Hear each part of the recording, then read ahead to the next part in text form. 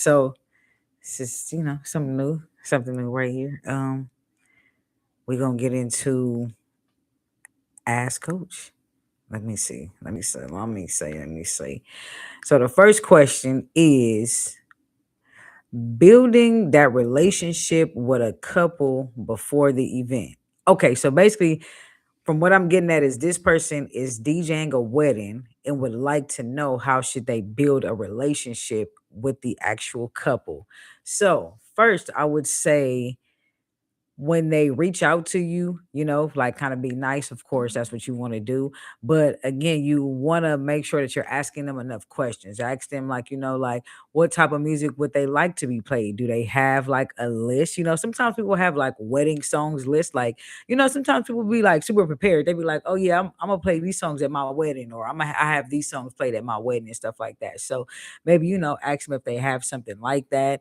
Maybe ask them culturally where they from. Maybe both the bride and the groom can be from two separate places. So that'll be a good time to intertwine both of the people. Um, Maybe ask them what generation or what genre of music that they actually like, because just because somebody booked you for as a DJ, that doesn't necessarily mean that they understand or know all the music that you may have. So you may have to ask some of those questions to get more familiar with what it is that they would like to have at their wedding. um you might also want to ask, do they have a wedding organizer? Or yeah, it's like I think it's called a wedding organizer, if I'm not mistaken.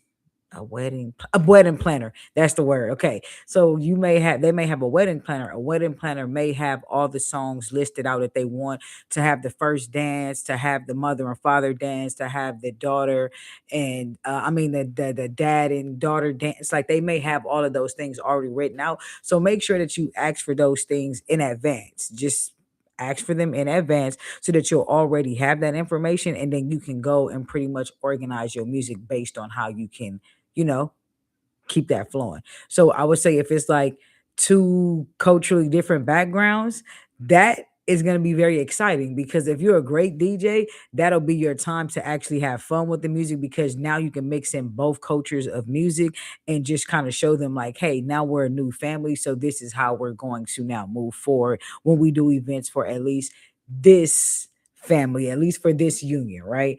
So yes, I would say you do things like that. Keep reaching out to them. If they have a wedding planner, keep reaching out to them, seeing if they have any updates or if they have any changes. Maybe if they have like a social media, kind of go through their social media, see what it is that they like. But it's probably just better for you to just ask them, which is probably easier. Like if they book you 6 months in advance, ask them 6 months in advance, 5 months in advance. Don't hit them up like the same month and be like, oh, what type of music you want to be played? Like, don't do that. Don't do that. Cause like they already have the stress of the wedding. Yes, they may have a wedding planner and all the other things, but they still have the stress of having to figure those type of things out. So I would suggest that you ask them like 6 months or 5 months, 4 months, like a couple months. I would say at max maybe 2 months in advance, just so that you can be on your P's and Q's and you can kind of flow the way that you need to flow, right? So I would say do those type of things. And while you're at the event, shout out both sides of the family. If you've never did mic work, ask them who are the wedding parties. Are you gonna announce the wedding parties? Like you got to get all of this type of information, especially when you're doing a wedding.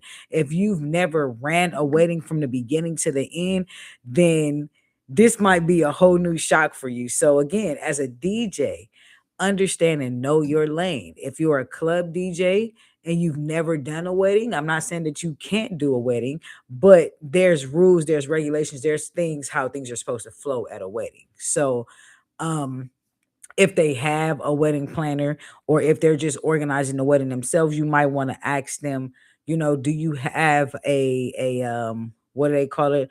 Order of service as how everything is supposed to go. What's supposed to happen at this time? What's supposed to happen at this time? What time are the bride and groom coming out? Do they have a special song?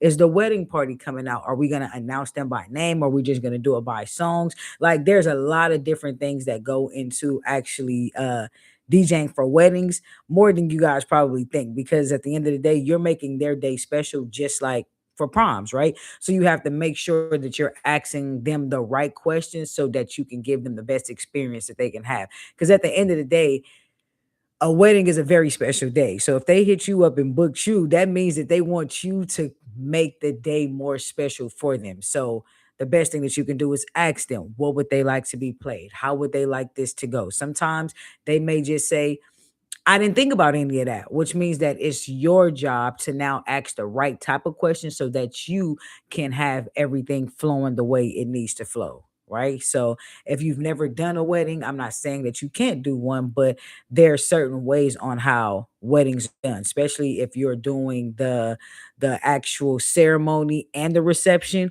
two different things. You feel me? Like maybe they might ask you to play the music during the actual wedding and during the actual reception. When they're doing the things at the chapel, that music may have to be played at a certain tempo. You still have to worry about, are they gonna have the bridal party, or like is there still gonna be a whole party happening? So you kind of gotta have to know those type of things. And if you don't know how a wedding actually flows, you might want to talk to some of your DJs who've done weddings before. Um, just to see how it goes so that you can go in there with a little bit more information, because the more confident that you go into the event, or the more information that you have going into the event, is better for the people that's getting married, right? Especially if you're asking a lot of questions and all that, like they like that type of stuff. They really do. Cause it's like, oh my God, this person, they really want my wedding to be so special. Like they're asking me all these things, like, like the day of, try to take stress away from them. So if you see that they're being stressed out over certain things or whatever, try to take stress away from them as well. Like, don't be the person adding the stress, right? That's what I'm saying. If you are booked 6 months, 4 months, 5 months in advance, start asking your questions during that time frame, because the closer that it gets towards that wedding, the more stress that they're gonna have, even if they have a wedding planner, right? There's so many things that go on behind the scenes that we don't know. If you've been married, if you've had a wedding, then you kind of know those situations, right? I've been in a lot of different weddings. I've ran the whole show of weddings. I've ran a whole show of weddings in a wheelchair and I couldn't even see. And so imagine what type of stuff that I had to do just to be able to announce who was coming out and making sure I'm playing the right songs. Like, boy, I got stories. I got stories. But you feel me? This is actual questions right now. Okay. So let me see. The next question we are going to get into is, wait, where did the question go? Wow. Did I lose it? I think I lost it, y'all. This is crazy. Did it delete? Let me see. Let me see. Let me see. I think it did delete, but where'd it go? This crazy, yo. I just had it. No. No. Okay. All right. Beginning MC tips. So, this is for somebody who wants to become a MC. So, I am a DJ MC, which means that I DJ and I MC. I understand the art of MCing. I understand the art of DJing. If you are a DJ and you also MC, you have a greater advantage. Why? Because you can now crowd control to a whole nother level. Like you can crowd control to a whole nother level. Like you already know the songs that you're gonna play, and then you kind of already have what you're gonna say to bring that song in. Best thing ever. Best thing ever. So I would say, if you're a beginner, first of all, be confident when you speak. You can't go and be like, hey, welcome to the party. Hey, let's turn up. Everybody, let's have fun. Like, no, you don't. You need to go in there. You need to own the room. You feel me? Like, you need to find your DJ voice. Everybody has a DJ voice, but it's up to you to figure out where it's at. So, the voice that I have right now, this is just my regular coach voice. Like, just like my regular, like, talk to you, chill type voice, right? Now, when it comes to a party, I have a whole nother voice. That's my DJ voice, right? So my DJ voice goes a little bit like this. Yo, what's the deal, baby? It's going all the way down tonight. I go by the name of Coach West. Ba, ba, ba, ba. Look, if you don't hear what your best friend say, ow. If you don't hear what your best friend say, oh, I'm gonna need y'all to do. That's my DJ voice, right? So my DJ voice is really high pitched. It's really energetic. It's really giving like it's time to go, right? So what I mean by it's time to go, when I come in, people are already like the coach is here. I get on the mic, I'm like, oh, oh. Oh yeah, it's about to go down today, baby. Yeah. So look, I'm gonna need y'all to grab all y'all best friends right now. Like the coach is here. So I'm gonna need you to hold on to your best friends for the next 5 minutes. Okay. Don't let nobody take your best friend. Okay. Because the way that this music is about to go down, somebody might take your best friend. So hold on to them, right? And then I just start going in with my music, right? Because I already know what it is that I'm gonna play. I already know how I'm gonna play it. I've already organized it to where this point of what it is that I'm doing is going to go up no matter what. Why? Because I've already organized the music. I've already organized it. I go to places and I might play songs, but I play them in so many different random ways and so many different mixes and stuff. You would be like, dang, I ain't hear it like this the last time she played it like this hard. Like that's just how I move, right? So as a beginner DJ, have confidence. If you ain't got confidence, they gonna hear it. They hear it, right? They just do. If you're not dancing or you're not moving or you don't look like you having fun while you doing it, ain't nobody gonna believe you on the mic. They just not. That's like going to a concert and you expect like the artist to be up there doing like all they stuff and they just up there like this. Hey, shout out to y'all in the crowd. Thank y'all for being here. Like, bro, that's boring. That is straight boring, right? So if they don't see you having fun with the music and then you just coming on the mic a little bit like, hey, I go by the name of whatever your phrase is. You don't even have to be like a super pro. You can just say your name and you can just say like, we here, we gonna take it to another level. Like if you're starting off pretty like slow, maybe 80, 90s BPM. And right now we just starting up, like this is just the opening set. Like, this is, kind of just introduce them, kind of bring them into the world that you want to cultivate with them. Like I say, I'm an experienced DJ, which means that I like to give people an experience. I want to give you memories. The only way I know how to give you memories is to talk on the mic and to give you a show. I came to entertain, not only musically, but energetically as well, right? I got high energy, so that's just what I do. So as a beginner MC, use your name. I would say this.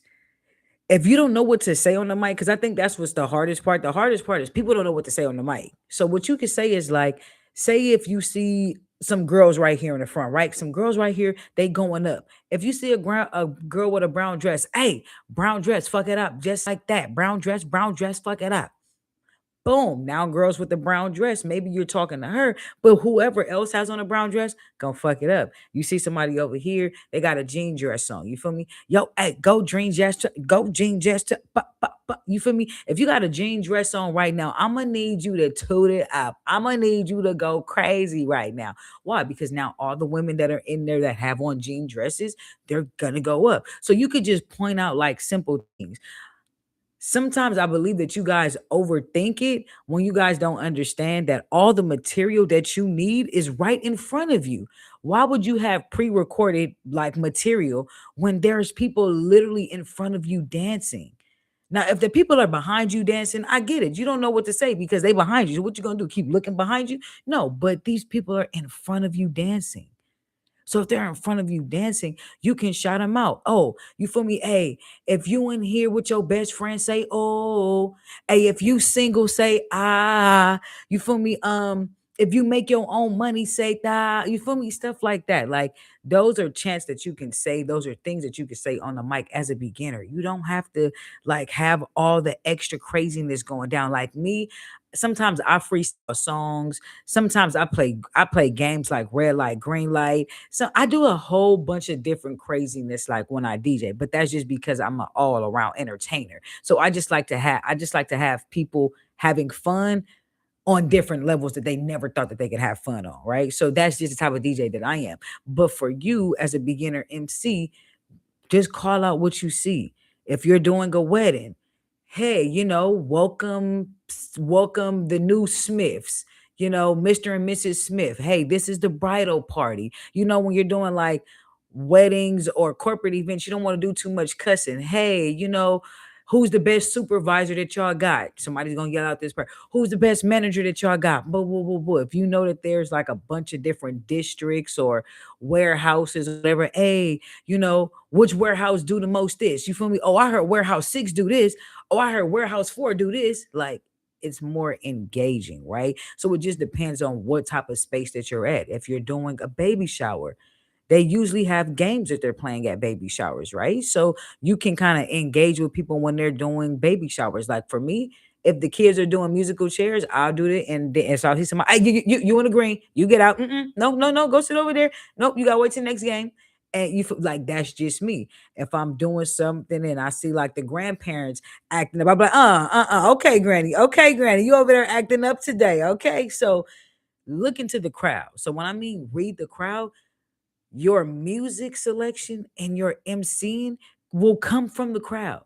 They're going to tell you what it is that they want. It's up to you to read that correctly. So that's what I would suggest as far as beginner MC. Talk on the mic. Don't have your hand over the mic like this because can't nobody hear you. Okay. Take your hand off. Move your hand to the back part. If you have a mic that's like this, move your hand back here. Don't have your hand way up here. No one can hear you with your hand covering the mic, right? That doesn't make sense. So don't do this. Keep your hand back here. If you have a voice like this, project your voice when you talk on the mic. Don't talk and have your mouth way this close to the mic. That's not going to work. You move it back and you project your voice. You moving the mic as closest to your throat as you can is not going to help you be heard. It's just not going to help you. That works with projection of your voice. So you have to figure out where and what side of your voice to use. When I became a MC for 2-3 years, every time I went to go DJ, I would come home and my voice would be gone. But that's because I was using the wrong vocal cord. Singers, they understand using different vocal cords for different things. So if you're going home and you're hoarse after you get done emceeing, you're using the wrong vocal cords, and you probably need to base it up a little bit and figure out how to use your right vocal cords, right? The right ones. There's wrong ones and there's right ones. The ones that are always, hurting when you done and you ain't got no voice, and those are not the right ones. Okay. Also, if your hand covering it up, people won't be able to hear what you're saying. So now you feel as if you have to talk louder or project louder. You can project as loud as you like, but sometimes it sounds as if you guys are yelling at people and not emceeing. So figure out what is your personality going to be while you're emceeing. Are you going to be funny? Are you going to be like, are you going to tell jokes? What is it that you're going to do? Like, emceeing is not just about yo, fuck it up, yo, you do. It's way more than that. Trust me. I've been to places and there's been no MC, and I've seen people just like, this is great music, but okay. And I've seen places where a great MC has took an event from here to here. I've been at places like that, right? I've been at places where there's no MC and I walk in and they be like, "Hey, coach, here, here. No. Here, please, please, please, please." But it's because I understand the art of emceeing as well. I get booked to MC events. People at first would only book me to MC because they didn't believe I know how to DJ. And then once they heard me MC, they were like, maybe we'll give her a chance with this DJ stuff. And then it was like, oh, you let me touch the turntables and touch the mic? Oh, your party's about to go stupid. And then it was like, after that, it was like game up. So if you are a DJ that does not MC, I would suggest that you try to get into it because it's only going to help you in your craft and it's only going to help you in your brand. You don't have to figure out these long phrases. You don't have to try to be all super crazy with it. It's really simple. You don't have to talk over every song. You can let a couple songs play and then you can talk over it. If you're going to do something fun, you can talk then. Like, just understand there's a situation of too much talking and not enough talking. Don't be the one that's talking too much and it ain't enough music. Make sure that you're mixing it in, right? Just make sure that that's what it is you're doing. So those are my pointers that I would give out to my new MCs. Project your voice, read the crowd so that you can get some sort of understanding as to where you're going to go with it, and be confident. Simple as that. That's it. That's it. Let me see. Next up on the hit list, got beginner DJ without headphones. How to play longer sets. Okay.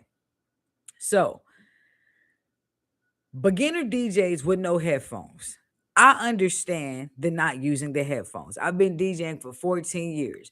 For maybe 6 of those beginner years, I used no headphones. Like I knew my cues, I queued up my song, I read my music, I can still read music. It doesn't matter. I know where the beginning of a song starts. I know where words start. I know what color waves are basses. I know what color waves are vocals. I know what color waves are acapellas. I know it, right? I'm pretty sure we know that, right? Um now, I never used headphones honestly because I didn't understand it. I didn't get the concept of them, right? For me, I was like, now why would I want to put these headphones on to hear the song that I'm playing and to hear the song that I'm about to play? Why would I want to hear them both clashing in here? Like I just don't want to hear it. So I never used headphones for that sake. I would ask other people why do they use them, and nobody ever gave me an answer. They would just be like, "Oh, it just helped me." Like, "Oh, it helped me find my cue points," and I'm like, but I already got my cue points. So for me, it was just like, that's some lazy shit. Like, why would you need those? But as I got into different spaces and I started to do different things, I found my own way to use headphones. And I use headphones. I don't have my headphones where it's like in the middle, where it's like you hear both songs. I don't like that. Like that my tism be tripping out. So I don't like that. Okay. So what I do is I just have it to where it's on a cue. So whichever side that I'm picking for my cue to be on, usually is on my right hand side. That's the side that I would press for my headphones so I can hear whatever song it is that I'm about to bring in. Why? Because I also don't have my headphones on both of my ears. There's like usually like one headphone on, and I'm still hearing the other music out of the other ear. And because I can hear this one in here, I can already beat match and read the music and understand where I'm going to drop it at. So if you're not using the headphones because you may not know how to use them, figure out how to use them and how to make them work for you, or figure out why you're not using them. Now, I'm not sitting here saying that you have to use headphones. Oh, no, I'm not saying that because I can go through sets without using headphones, definitely. But it's an extra tool just for you to have. It's a cool tool for you to have, right? Now if you want to play longer sets, without headphones, you would definitely have to make sure all of your songs are queued up. You have them organized in great playlists. You would have to make sure that all of your music is really organized, or you understand all the music that you're about to play because you don't have a preview before you drop it. So you would definitely have to make sure your songs is queued up. You know where the beginning of the beat starts, where the beginning of the song starts. You know where they first start talking words at. Like you know where the hook at. You need to know all of those things in order to have a more effective DJ set as a new beginner DJ with no headphones. Headphones could either make you or they could break you.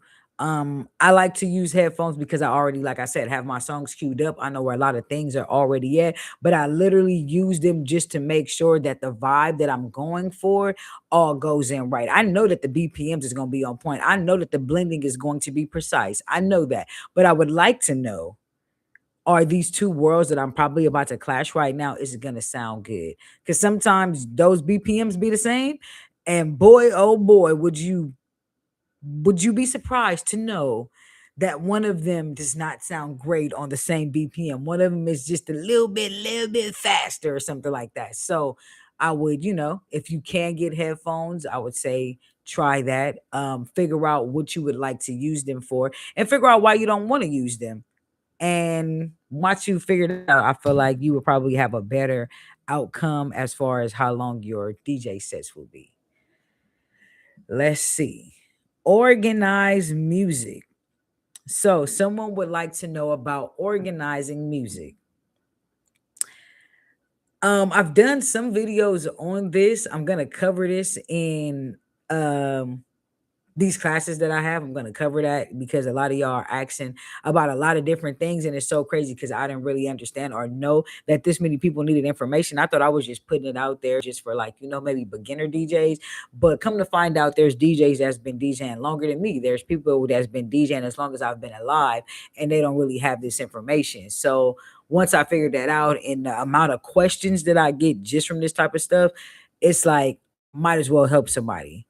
So I did or me and my team decided that we're gonna offer some classes, and in one of the classes, organizing the music is a part of actually one of the classes, because I feel like as a beginner DJ, that helped me get to where I am right now.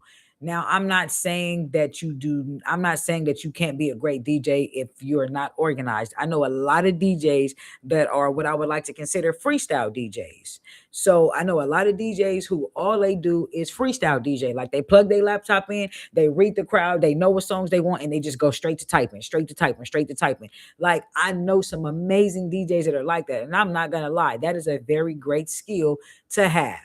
Very great skill. Cause I feel like at any point in any situation, you could make it happen. You feel what I'm saying? And that freestyle point also brings more creativity, because as a freestyle DJ, they're able to mix and match so many different things. Even if they're not an open format DJ, they can still mix and master so many things.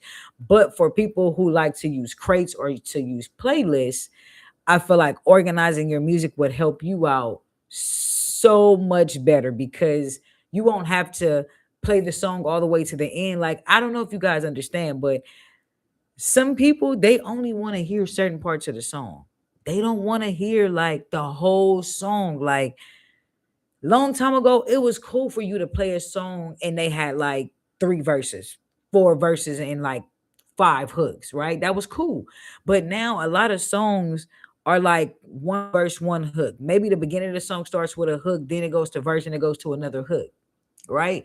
So if that's the type of situation, you have to understand the the the mental capacity that people are also having to listen to some music. Maybe some of these songs they just like one little space of it. So if they only like one little space of it, maybe that's what you play and then you move to the next one. Some of y'all are playing songs way to the end, but it's because I've noticed that some of you guys that are playing songs to the end is because you're having the hardest time trying to find the next track, which means that you're double working yourself trying to find the next track. And it should be something that should be easy. It should be something that's already curated. And what I mean by curated, just saying, hey, I'm not going to have my classical songs mixed in with my club top 40 songs, right? Because now I'm in a club and I'm skipping through all of these classical songs when I could have had other songs that I could have picked from. That's just my perspective of it. I don't know what you guys think or how you guys move or how you guys organize music, but for me, it just makes no sense. So I like to organize my music by years and genre. So I actually use iTunes. I know a lot of people may be like, that's trash, but I use iTunes for my own purposes. I use iTunes because I also have DJs that like to purchase music from me. So because they like to purchase music from me, for me to give them music in a clean, easy way, is for me to just drag a folder from my Apple Music, from my iTunes that I already downloaded. It's easier for me to take those songs and then put it on the flash drive and then give it to somebody. So as a DJ, I literally sell my playlist. I sell my music that I've already curated. Why? Because if you're a beginner DJ or if you've been out the game for a long time and you haven't, you don't know what songs to get, what songs not to get, I've already done the hard lifting. I've already figured out these are the songs to play at this type of party. These are the type of songs to play here. These are your beginner songs. These are your closer songs. These are these songs. I've already worked it out for you. Now the job is up to you to just go and give the magic. I've given you all the tools. Go get the magic, right? That's what I'm here to do. I've given you the tools. Make the magic. But some DJs don't believe in organizing their music like that. Some people may say, "Oh, I'm going to put all my hip hop in here." Whoa, whoa, whoa. Why would you put Run DMC in the same playlist as Lotto? Do you think that you're going to play those same artists at the same event? So sometimes I think that you guys have to think more event based. You guys have to think more genre and maybe year based. So like I said, for me, let me see, I got my laptop right here. I could probably pull some stuff up real quick. I know that I have like playlists that were made before I was born, but I also have a lot of DJs that I've did barter deals with. I've done stuff with them. I've taught them some stuff, and they're like, "Oh, because you taught me this, hey." what type of music would you like off my laptop? And I just tell them, oh, let me get these and these folders, and they just put on my external hard drive. I put it inside my uh iTunes and I move from there. So I've collected a lot of music just over time. I've just collected so much music. And because I've collected so much music, I make sure that I organize it to where if I go anywhere, it's already fixed. So let me see. Let's say I have a folder that's called 50s classic, right? So everything that's in this folder is from the 50s. It's like I don't know any, I mean, I know these songs, but like was I partying to these songs? Not at all. But again, these songs are here for me to still play. And if somebody asks me, you feel me? Eye of a Tiger, Highway to Hell. Like these are songs that came out like in the 50s. You feel me? Like these are more poppy songs. There's a mixture of other songs in there, but everything in here I know that's easy. If I go to 60s soul, this is like more my Al Green, the Temptations, James Brown, stuff like that. So based off of just those two playlists, you can kind of see how I've already organized music. We can skip down to maybe 2000 to 2009 hip hop. These are all the songs that came out during that time frame that I would consider to be party songs, or they were like songs that people know of, or maybe they don't know of. Maybe these were songs that I just broke out there to the world for people to hear. So that's how I kind of organize my music. um yeah, that's just overall what I organize my music as. When it comes to my folders that I actually DJ from, I give those a whole different name. I'll call those Friday, and then I give it a title after that. So I have a folder here called Friday Activations, which means if I do like something for a brand like a Nike or a Reebok, or maybe some nonprofit events or something like that, I go in that folder and I play music from there. Why? Because all that music is already clean. It's already giving brand activation. It's already giving fun. It's already giving city hall, mayors and all. It's already giving that. Like that's just what I go to. If I need to do, let me see, like I'm Caribbean. So if I get booked to do a dancehall set, or somebody would like me to play dancehall, I can literally go into to a folder, read the crowd, and be like, oh, let me see. It's a lot of bad man out here. It's a lot of bad man. So guess what? I'll go to maybe my folder that got like Shatta songs, which means everything in there for Shatta man. You feel me? If I want to play songs for the women to dance to, gyal tunes. I got a whole folder full of gyal tunes, right? Which means all the songs that's in there are songs that I can play for the women. That's just how I organize my music. When it comes to, I'm from LA. I have LA folders that I organize, which are like the music that you can play at house parties, the music that you can play at clubs, the music that you can play that a little bit of everybody know, music that you can do your walk into. So I have music organized down to that of a science, which means that any lane that I decide to go in, I could do it. I can go into millennial dances and I can give you every song that came out from 2000 to maybe 2015, 25-ish, that was party songs, that was like dancing, like Crank That Soldier Boy. You feel me? The Casper Slide, Rock Your Hips, Cupid Shuffle, Laffy Taffy, like don't divide that, DMX Party Up. Like these are all songs that had dances to them. So that's kind of how I organize my music. I kind of organize it based on year, genre, and then I have my folders that I just DJ from. So the ones that I just DJ from, those folders are literally the ones that I go through, I would say, every weekend or whenever it is that I'm DJing. The rest of the folders, they're just there because if people ask me for different music, like sometimes people want deep cuts, not the ones that you play at the parties. They may just want like, oh, I like these type of songs. Here you go. I have like R&B that I consider to be like it's healed R&B, but it's like I guess people will call it like neo soul, but it's like neo soul, but it's like Janae Ayoko and a bunch of different other artists that are kind of like that, like on a, I would consider, I call it like black hippie movement, right? There's a lot of different songs like that. Maybe you want those songs and not so much like Summer Walker or the Scissors, or maybe that's not what you're looking for. Maybe you're looking for more of like black hippie music. I have all my folders organized that way. So no matter what space I go to, I can go in and I can play. So that's how I organize the music. And let me see, my last one is, where do I get music from? Right now, I get music from this website called mymp3.com. So it's mymp3pool.com. You can go to that website. That's where I usually get my music from, because they have R&B, hip hop, dancehall, pop. They have a little bit of everything that I've already kind of like listened to, or that I usually play from.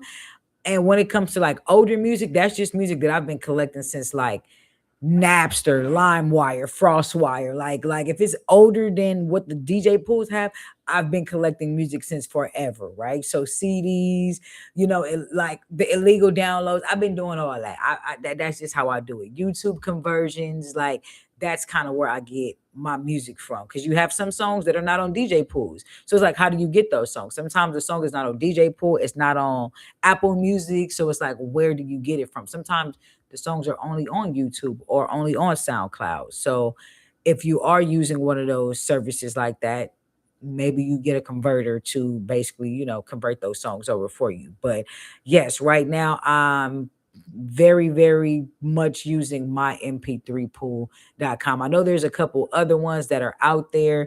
Yeah, I've heard of a couple other ones. I think one is called like DJ City. I've heard of BPM Supreme. I've heard of a bunch of different ones, but based off the music that I like and what it is that I'm looking for, I go to my MP3 pool. Some of them other ones, they got different music that I don't actually play. So that's the difference between MP3 pools. It depends on what you play. Those are the ones that you would go to, because you'll find more of that music that you're actually looking for. So uh yeah, that's all my questions that I had coming in so far, and we gonna get back into it. So I'm out of here just like that. All right, YouTube.